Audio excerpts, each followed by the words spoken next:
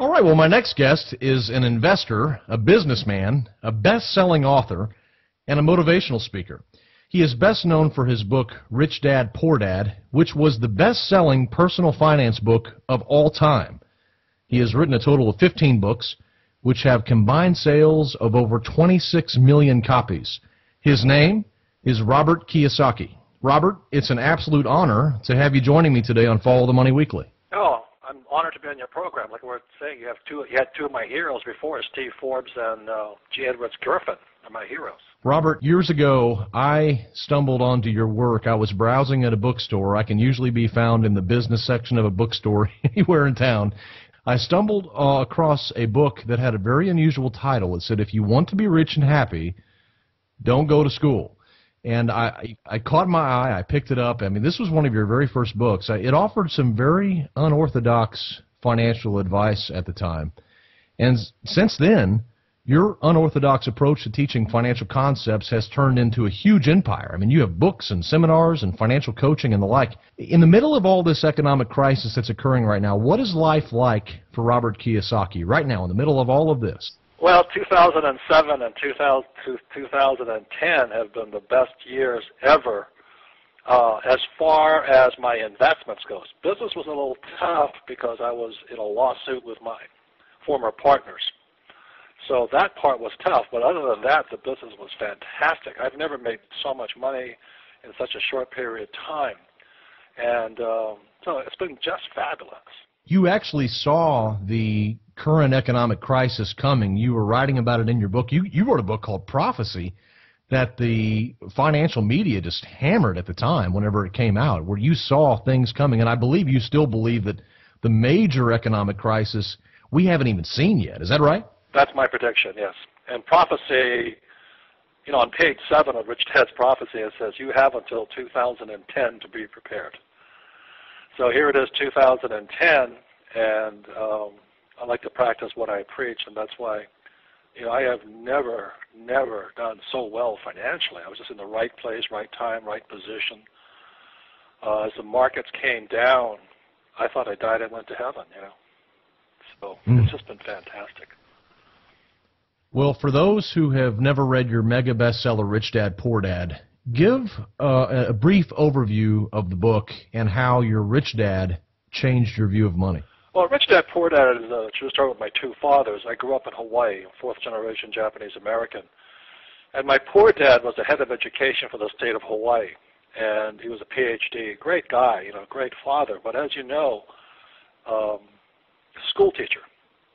And school teachers have this idea that the government should take care of you, and the labor unions are king. My father was head of the labor union also. You know, the NEA, National Education Association, is the biggest single largest labor union in the world, I think. And they affect our education.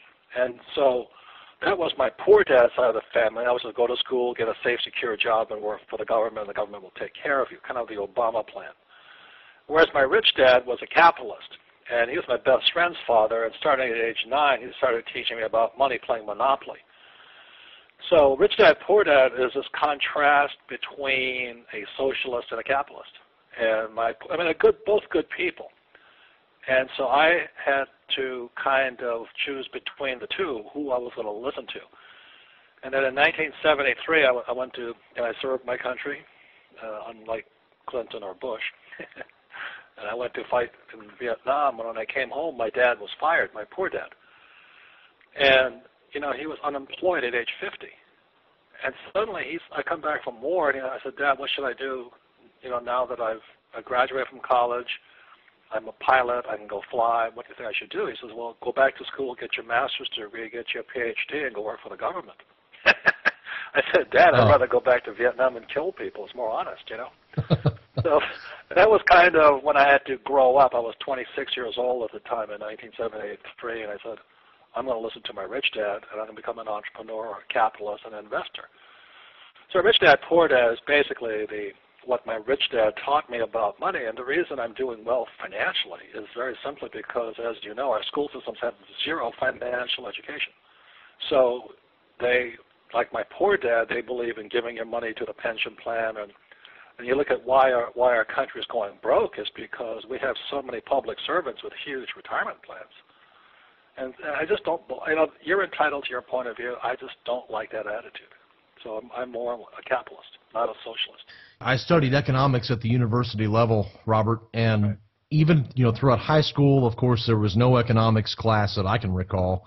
Very little personal finance concepts. They don't teach you how to write a check, even in high school. When I got to the economics or the university level and studied economics, again, it was just the socialist Keynesian kind of model that was crammed down my throat. I had to go outside of the university to find any semblance of, what was really going on. It was all done through self-study. Right. And one of the things that I really appreciate about your work is that you help dispel many of the financial lies that are out there that many people have been held captive to for years. Some of these things are that you point out specifically. I'm quoting you, go to school, get a job, work hard, save money, get out of debt, invest for the long term.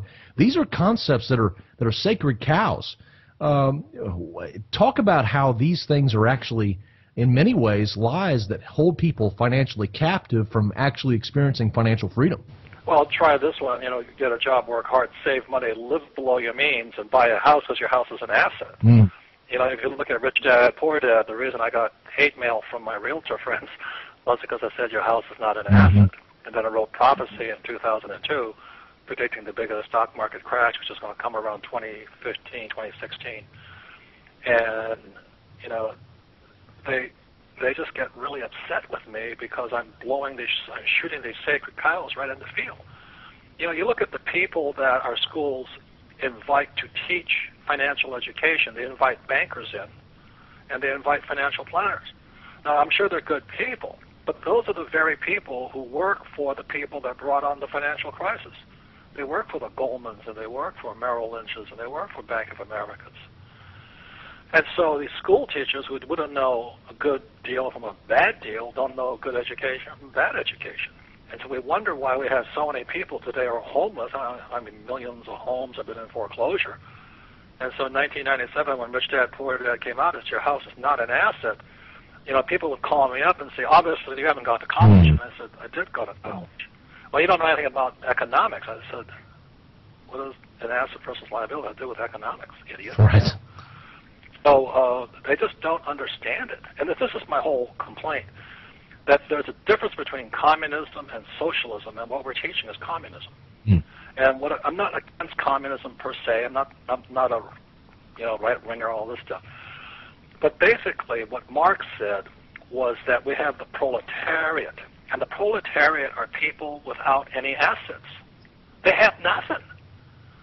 And so you have the gentry, I forget what they call them, but the rich guys, and then you have the proletariat. And our schools are pumping out proletariat. They're people who get a job, but they don't own anything. They think their house is an asset. They think their job is an asset. They think their 401k is an asset. Those are all unfunded liabilities. And so when I talk to people like that, they don't understand that I'm actually criticizing the fact that most of our school teachers are communists. They don't even know it. They don't know it. That's the problem. And my poor dad was a good man. He thought he was a socialist. He was really a communist. He owns nothing. A job is not an asset. Your house is not an asset. Your 401k is not an asset. That's the whole thing. I'm not saying that one's right or wrong. I'm saying when you're going to educate people, we wonder why we have so many people today dependent upon the government to take care of us. That's the real problem.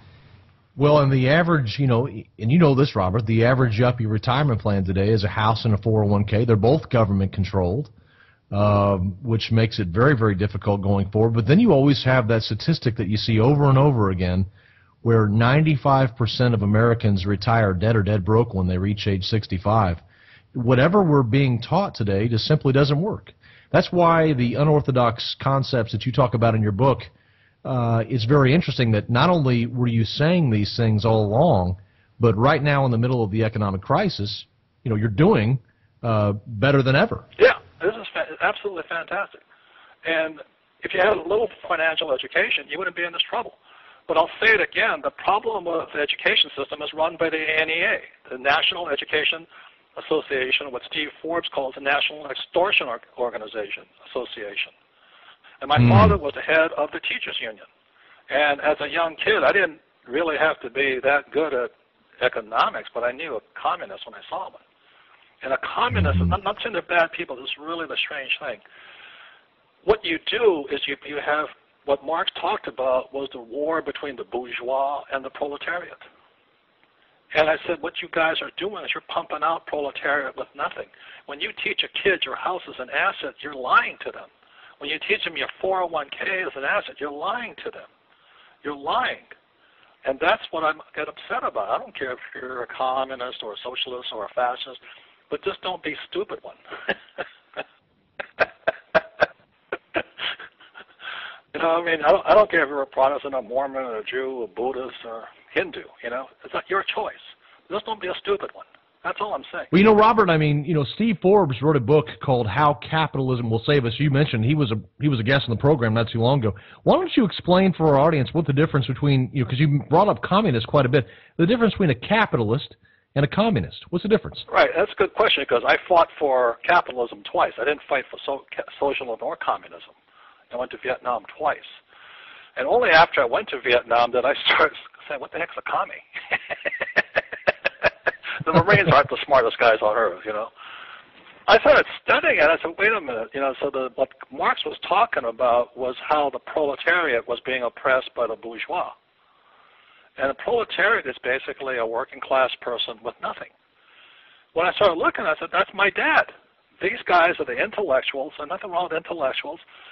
They come out of school, they get a job. A job is not an asset. You work for the capitalist. I mean, you actually set your child up to work for the capitalist rather than become a capitalist. See, my rich dad was training me to be a capitalist. And then they have nothing. Then they're teaching their house is an asset, which is not. It's the bank's asset. And they have a 401k, which is, you know, the bank's asset again. I said, these poor buggers, you guys are actually training people to work for the capitalists. And why are you angry at them? So my thing is, why not give a child a choice? Do you want to come out of school a communist or a capitalist? Make up your mind. And what Steve is talking about is, if we train people to be capitalists, we wouldn't have such a big problem. And it's the same thing with rich dad, poor dad, between a socialist or a communist and a capitalist. And I have assets. I own businesses. I own commercial real estate. I own golf courses, resorts. I have oil wells. I am a capitalist. But I didn't ever want a job. And that's what our schools are teaching kids to become, to come out and work for the rich. Why don't we train people to be rich? Why don't we teach them to be capitalists?